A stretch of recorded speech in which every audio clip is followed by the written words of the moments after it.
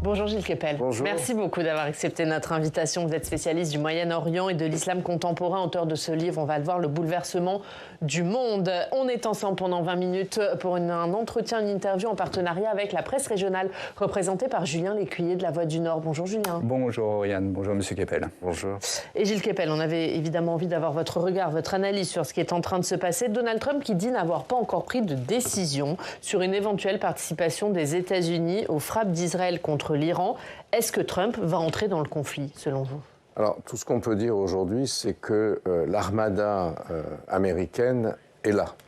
C'est-à-dire que le porte-avions Nimitz est sur zone, 2 autres vont arriver, et tout ça représente à peu près 3 fois la capacité de frappe d'Israël. C'est-à-dire que Trump veut mettre au maximum la pression sur le régime iranien en espérant des concessions qu'il n'avait pas eues dans la négociation qui avait été menée par son émissaire Steve Witkoff avec le ministre des Affaires étrangères iranien, M. Arakchi, notamment à Mascate, la capitale du sultanat d'Oman, et également brièvement à Rome.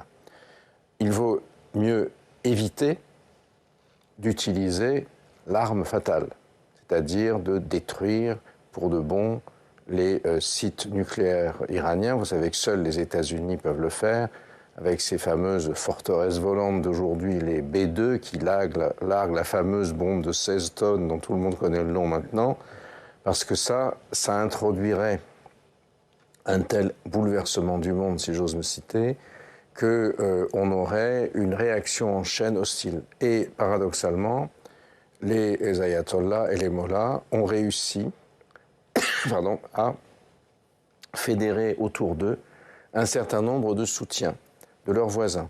Le Pakistan a dénoncé avec des mots très forts l'attaque israélienne contre un pays musulman, même si Pakistan et Iran ne sont pas toujours dans les meilleurs termes. Même les États arabes du Golfe, qui ont été fréquemment attaqués par des menées terroristes venus de groupes manipulés en sous-main ou ostensiblement par l'Iran, ont une attitude extrêmement prudente. Et il est aujourd'hui difficile pour des dirigeants arabes de poursuivre une politique de rapprochement avec Israël. Donc, si vous voulez, Bibi Netanyahou, en montant la pression et en finissant le travail après avoir détruit militairement le Hamas, le Hezbollah et le régime syrien, va faire en sorte qu'il soit détruit, mais le régime syrien a été remplacé de l'intérieur par d'autres groupes djihadistes, sunnites notamment, pensait qu'il pourrait continuer, si vous voulez, dans cette foulée et apparaître aux yeux de sa population comme, d'une certaine manière, le sauveur d'Israël qui avait d'abord éliminé la menace létale du Hezbollah et ensuite qui allait pouvoir couper, comme on le dit dans ces milieux, la tête de la pieuvre iranienne. Or, le morceau est un peu dur à avaler. Vous l'avez vu ce matin, par exemple, les images où un hôpital de Tel Aviv a été touché et où on a l'impression que l'équilibre des forces n'est pas si clair que ça. Monsieur Kepel, c'est vrai que, excusez-moi de vous interrompre, mais on voit en effet avec les attaques ce matin que l'arsenal iranien n'est évidemment pas du tout neutralisé comme on aimerait le penser certainement en Israël. Est-ce qu'il faut s'attendre à ce que cette guerre dure ? C'est probablement l'une des raisons pour lesquelles l'armada américaine arrive. Pour rétablir, au moins dans la représentation des choses, un rééquilibrage des forces au détriment de l'Iran. Puisque tout le monde pensait, vous venez de le dire, que les Iraniens n'avaient qu'un stock de missiles limité. 2-3 000 missiles. Oui, je ne suis pas du tout spécialiste de ça. Ouais. Voilà. Mais ils n'ont pas d'aviation. Ils ont quelques vieux coucous de l'époque soviétique qui ne peuvent pas voler. Et donc le ciel, ce qu'on appelle les commons en anglais, le ciel iranien est sous le contrôle de la chasse israélienne, des stations bombardiers israéliens. Donc on attendait les Israéliens attendaient que les Iraniens aient tiré tous leurs missiles. Ça n'est plus le cas. Il y en a encore, on ne sait pas combien. Et de l'autre côté, le fameux dôme de fer, c'est-à-dire cette collection d'engins qui interceptent les missiles qui tombent, sont en train, ils sont en train de se démunir considérablement. Et donc on est dans une situation de déséquilibre des forces qui n'est plus aussi systématiquement favorable à Israël qu'on pouvait le penser par le passé. C'est-à-dire que Netanyahou a toujours la capacité de frapper l'Iran très fort, on le voit tous les jours, mais il n'a pas la capacité de protéger sa population. Or, rappelez-vous que le problème de Bibi Netanyahou, c'est le 7 octobre. C'est-à-dire, il n'a pas été capable de protéger la population d'Israël contre l'attaque du Hamas qui n'avait pas été anticipée par lui. Mais juste aujourd'hui, quel est le but d'Israël et des États-Unis? Est-ce que c'est démanteler le programme nucléaire iranien ou est-ce que c'est aboutir à un changement de régime en Iran? Alors, si on écoute ce qu'ils disent, ça a bougé de l'un à l'autre. C'est-à-dire qu'au départ, par prudence, Netanyahou, pensant peut-être qu'il pourrait, avec quelques frappes, détruire le système, ne parlait que du démantèlement du programme nucléaire.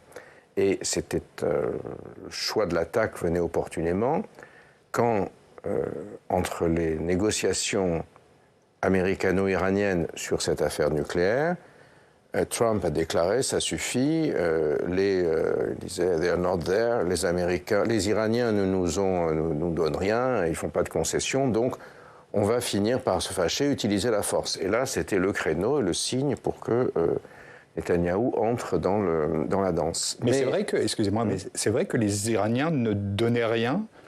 J'y étais pas, mais sinon je ne serais pas chez vous peut-être. Mais en tout cas, c'est ce qui a été dit par Trump.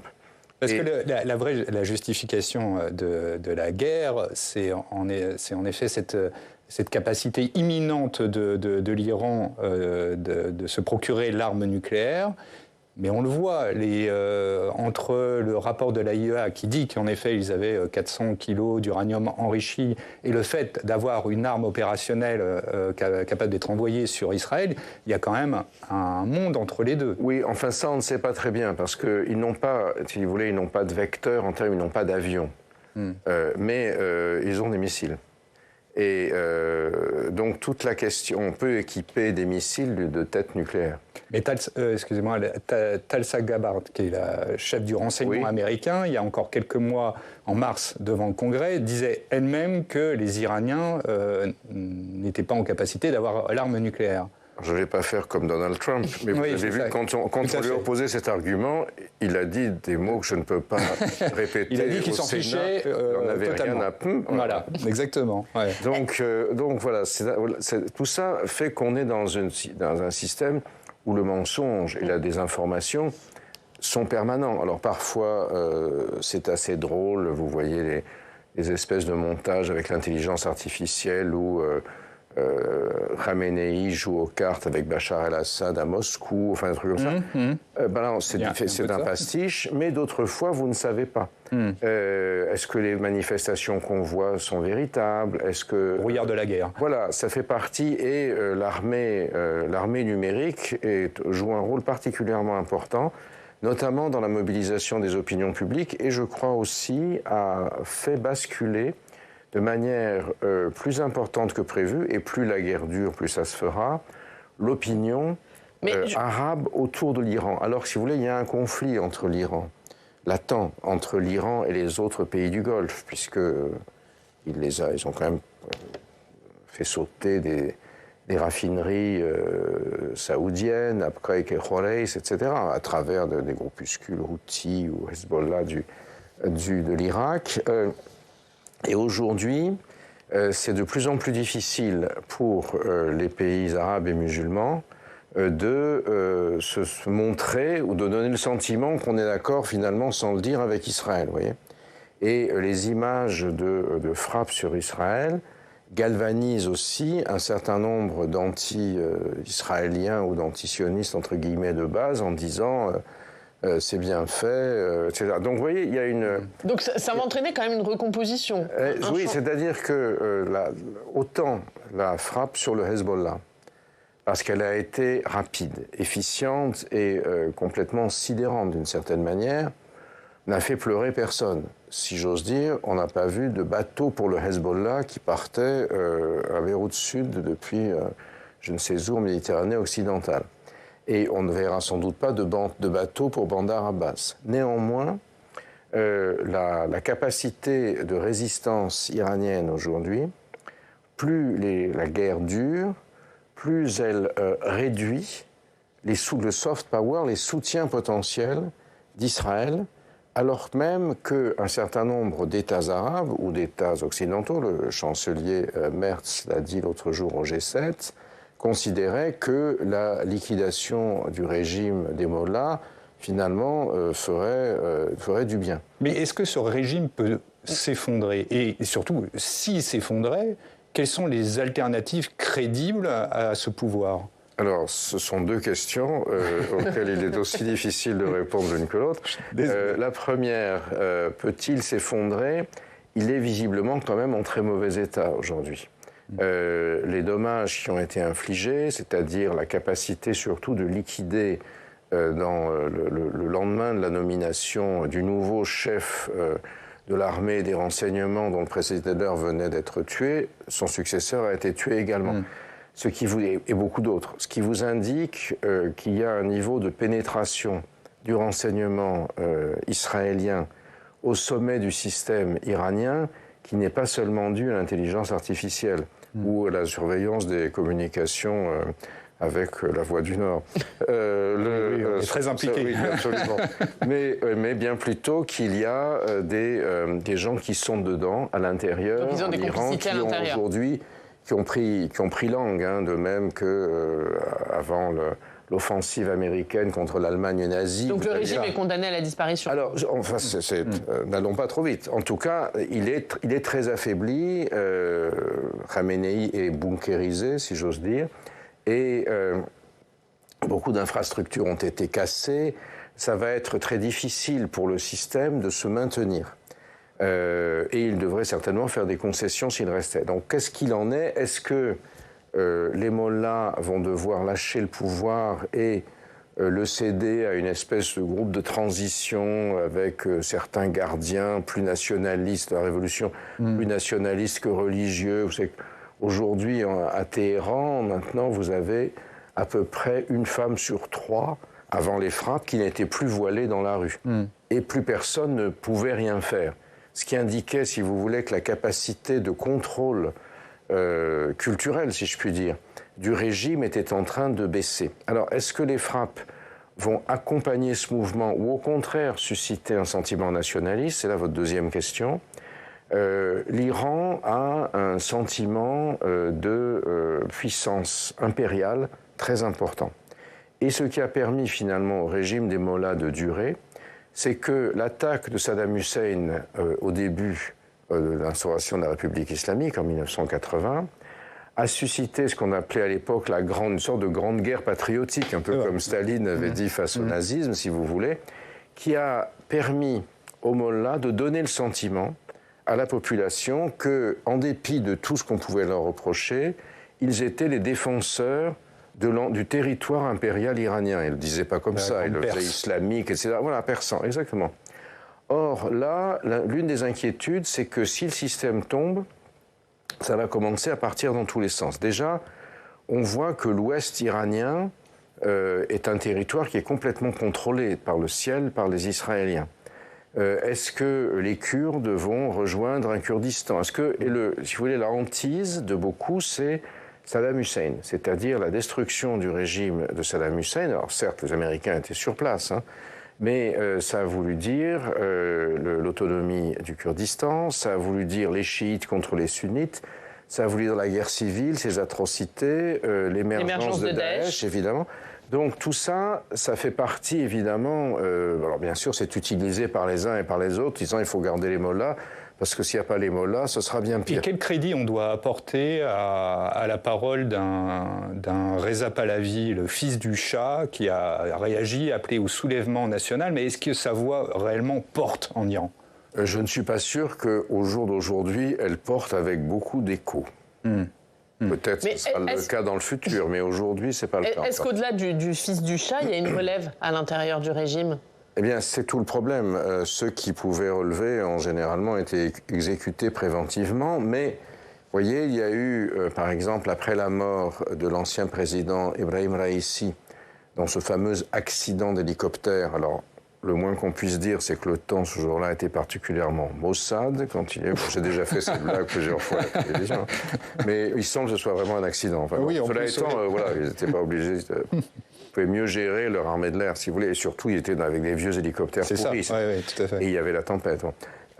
Après que Raïssi, qui était celui qui avait dirigé la répression contre les femmes, et la répression contre les femmes, vous avez des filles de hiérarques des Pasdaran qui n'êtes plus le voile aujourd'hui.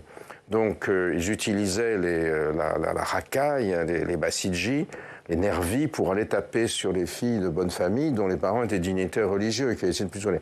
Donc, ils ont dû mettre un autre président, Pezeshkian, qui apparaît, je n'ose pas dire comme un modéré, mais qui est, en tout cas, sous son règne, on ne tape plus sur les femmes et elles peuvent, celles qui veulent partir dévoilées dans la rue, on leur dit plus rien. Elles reçoivent des amendes quand même, par SMS. Hein. Oui, mais bon, maintenant c'est plus le cas parce qu'il n'y a plus d'Internet. Donc, exactement. Vous voyez, exactement. Ça, le problème, c'est peut-être pour ça que ça a été supprimé. Et donc, il y a effectivement, le régime n'est pas complètement monocolore, même si Pezeshkian était là pour faire joli et c'était les mollahs qui commandaient. Mais ce qui implique qu'ils doivent néanmoins faire des concessions avec des individus qui sont peut-être tentés de prendre langue avec les autres. Est-ce que le fils de Khamenei peut prendre la suite, par exemple? Alors, c'est l'ambition des gens qui le soutiennent, mais il ne peut prendre la suite que si son père lui fait en sorte, a les capacités de l'introniser.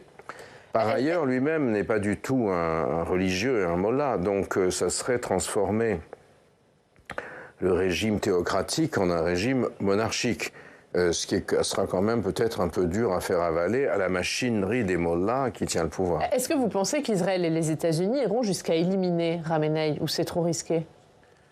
Je ferai la réponse de Donald Trump. Je peux le faire, mais je ne vais pas vous le dire. No one knows. Je mets la casquette MAGA et vous mettrez au lieu de sénateurs autour de moi des ouvriers. Et concrètement, avec Donald Trump, vous faites bien de le dire, il y a une forme d'incertitude. Alors, pour les plus valorisants, on dit cette incertitude stratégique, elle lui sert. On a parfois l'impression aussi qu'il ne sait tout simplement pas du tout quoi faire. Est-ce que pour vous, il y a une stratégie américaine ou est-ce qu'on a un capitaine qui navigue comme ça au fil de l'eau sans stratégie claire? Vous ne me posez que des questions très difficiles ce matin, j'ai remarqué. Et donc, effectivement, on est quand même préoccupé parce que, alors j'ose encore citer le bouleversement du monde, décidément, mais c'est que nous vivions dans un monde dont l'architecture de sécurité dépendait des États-Unis. Depuis 1989 et la chute du mur de Berlin, l'OTAN était toujours là, mais il n'y avait plus de pacte de Varsovie. C'est-à-dire que le système militaire mondial dirigé par les États-Unis assurait une espèce de, entre guillemets, d'ordre bienveillant américain sur le monde de gendarmerie générale. Or, ça n'est plus le cas aujourd'hui. Et notamment parce que Trump a décidé que l'OTAN, ça n'existait plus. Vous avez vu son comportement au G7, dont notre président de la République a fait les frais. Et aujourd'hui, il donne le sentiment que, au fond, il a laissé Netanyahou prendre ses aises. Bon, il vient pour montrer qu'il est toujours là. Mais vous savez, les États-Unis aujourd'hui sont très clivés entre dans ce qu'on appelle d'un côté l'Amérique MAGA, qui est l'initiale de Make America Great Again, rendons à l'Amérique sa grandeur. Qui veut se replier. Qui sont un groupe qui a sa propre autonomie, qui est très peu en lien avec la machinerie administrative et gouvernementale, bureaucratie gouvernementale, et qui effectivement a fourni à Trump une partie très importante de sa base électorale qui lui a permis de l'emporter, outre les anti-woke, qui est l'isolationnisme. On ne doit pas refaire l'Irak. L'Irak, on a perdu, moi à l'époque j'étais souvent aux États-Unis, tous les matins vous aviez dans le New York Times une petite note, aujourd'hui le sergent X du Wisconsin, le caporal Y du Minnesota sont morts, etc. Et ça a beaucoup traumatisé l'Amérique, parce que beaucoup de gens veulent faire la guerre sans avoir de pertes, aujourd'hui, surtout dans le cybermonde. Et cette base-là est assez réticente à l'engagement militaire. Or, le président américain, dès qu'il est élu, il a une chose en tête, c'est ce qu'on appelle les midterms, c'est-à-dire le renouvellement du Congrès, une partie du Sénat dans 1 an et demi. Et si cette guerre laisse des effets négatifs et donne le sentiment que l'Amérique est mal gérée, etc., la sanction aux États-Unis, généralement, est assez rapide. Donald Trump, il a dit hier, c'est pas le moment pour Poutine de jouer un rôle de médiateur entre l'Iran et Israël. Est-ce que vous pensez que c'est l'intention de Poutine ? Il peut jouer un rôle dans ces négociations ? Pour lui, évidemment, c'est du pain béni, parce qu'on oublie ce qu'il a fait en Ukraine et on montre Israël comme le vilain et Poutine comme le gentil qui va ramener la paix dans le monde. Donc évidemment, c'est une manipulation à contretemps qui se veut efficace, mais je crois qu'elle ne convainc pas grand monde. Cela étant, Poutine, en apportant une sorte de soutien international à l'Iran, et dans un contexte régional où le Pakistan prend la tête d'un groupe d'États musulmans qui dit « cette agression est inacceptable ». La Chine, enfin l'autre vraie grande puissance aujourd'hui, qui dépend à peu près entièrement de l'Iran pour son approvisionnement pétrolier.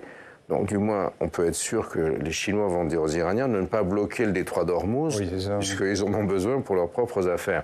Mais la Chine a clairement indiqué son soutien à l'Iran. Aujourd'hui, est-ce que même l'armada américaine peut prendre le risque de taper sur l'Iran avec force ? Et dans ce cas-là, ça permet à la Chine de dire, écoutez, puisque c'est comme ça, il y a cette petite île là qui s'appelle Taïwan, elle est à nous. Et vous voyez, donc on est dans ce système de bouleversement du monde, pardonnez-moi d'insister, qui n'est plus du tout ce qu'on voyait à partir de 1989, et surtout parce que si j'ose dire, le commandement suprême, le commander-in-chief américain, ça branle dans le manche. Et ça, c'est une véritable question majeure en politique internationale. Je suis quand même là depuis un certain temps et j'ai jamais vu ça. Et peut-être dernière question, mais dans ce cadre-là, et justement avec le vide laissé par le commander-in-chief, comme vous le disiez, est-ce qu'une voix européenne peut émerger ou est-ce qu'elle est elle a complètement disparu de la scène ? Et malheureusement, ce que nous venons de voir au G7 indique que même le commander-in-chief, tel un bébé mécontent, a cassé son jouet et est parti en disant « j'ai pas le temps, j'ai un autre rendez-vous important ». Et les Européens, on dit 2-3 choses en ordre dispersé, mais il est clair qu'on ne les a pas vraiment entendus. Or, aujourd'hui, évidemment, on ne peut plus vraiment compter sur les États-Unis, on compte difficilement, c'est trop imprévisible. Trump a un côté trop mercurial, comme on dirait en anglais, et lunatique. Et donc, l'objectif, c'est de créer une défense européenne, par exemple. Mais même la Pologne, qui est très européenne, qui sera célébrée aujourd'hui à la fête du cercle interallié, ce soir, et qui est le grand pays européen, est obligée d'acheter des armements américains, parce que sinon, plus rien ne marche. Or, les F-35... sont bridés et ne peuvent être utilisés qu'en fonction de l'autorisation américaine. Ce qui, évidemment, crée un lien, un fil à la patte. Et voilà. Merci beaucoup. Merci Gilles Kepel d'avoir été avec nous. On revoit votre livre « Le bouleversement du monde ». C'est désormais en poche. C'est en poche, oui, et c'est en permanence mise à jour. J'en ai pour un moment à mettre sur. Ah oui, je pense que c'est pas fini. Vous viendrez nous en parler. Merci Gilles Kepel. Merci la une de La Voix du Nord, tout autre sujet. Attention, il va faire chaud, Julien. Oui. En effet, dans le Nord, on n'y est pas forcément habitué, mais ça tape dur. La canicule arrive. C'est à lire dans La Voix du Nord. À la semaine prochaine, Julien. On va continuer à parler de ce conflit tout de suite dans le club.